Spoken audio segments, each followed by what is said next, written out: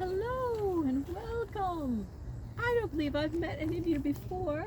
As you know, I'm Lena Channon and I've lived here in Moline almost my entire life. In fact, I just am old enough to remember when telephones came to Moline. In fact, I was the first telephone girl in the Quad Cities in 1880. When the telephones first came here, they hired the boys to be the telephone operators, but they could be a little sassy on the phone, and sometimes they would sleep on the job and miss a call. So the owners decided it's time to hire telephone girls. And I enjoyed it. Let me tell you what telephone service was like 35 years ago. We had an exchange in the Rock Island Lines depot down on 10th Street, and I worked 7 days a week, 11 hours a day, with no break for dinner or lunch. Well, meal times were just when everyone wanted to do their talking. In 1935, the phones are much different than they were in 1880. Let me tell you how that worked. People had to turn a crank, and then I would answer the call, take the name, put the receiver down so I could use both hands to push a button and turn a crank and put the call through. Well, at that time we only had 33 subscribers because it cost $50 a year. So it was mostly businessmen. So because I couldn't use my hands to write things down, I memorized the names of all the 33 subscribers. I still remember Mr. Charles Dear Wyman was 25, Dr. Arp was 6. Well, it could be a little bit of a lonely job sometimes. There's not much going on, especially on Sundays when all the business houses were closed. So my sister, Nellie Anderson, would play the piano in our parlor at home. And I would call people up all over the Tri-Cities and ask if they'd like to listen to a concert. Now, of course, now we all listen to music on the wireless. Do you remember the first radio broadcast from the best building in downtown Rock Island? How exciting!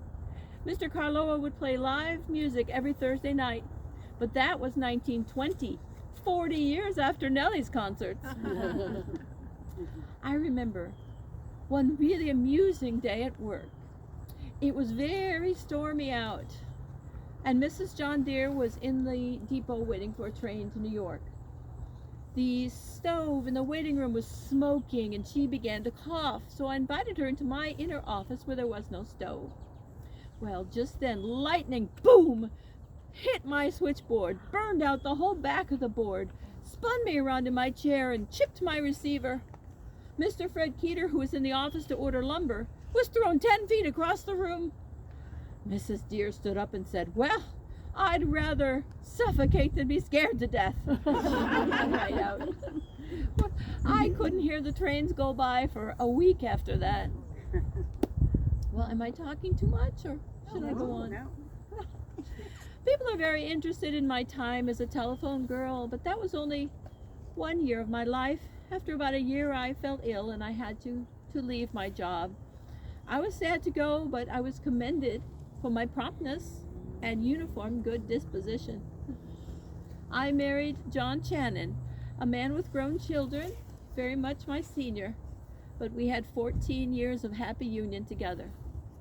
Now I live a quiet life here with my stepdaughter. I dedicate my time to the Christian Science Church. At my age, I didn't expect any more excitement. But 2 weeks ago, excitement of the foulest nature. You remember me mentioning my sister, Nellie Anderson. Well, she became Mrs. John Philip Weyerhaeuser. Perhaps you didn't know of my connection with that prominent family. Well, 2 weeks ago, on May 24th, I received the news that Nellie's grandson, George Weyerhaeuser, sweet little 9-year-old great-nephew of mine, had been kidnapped off the street and was being held for $200,000 ransom. I sat by my phone day and night for 8 days, praying to know that George was safe and would be returned to his family unharmed. And praise God, yesterday, June 1st, we got the news that George had been ransomed and, despite his ordeal, was home safe. Oh, praise God, I am so happy and so much at peace.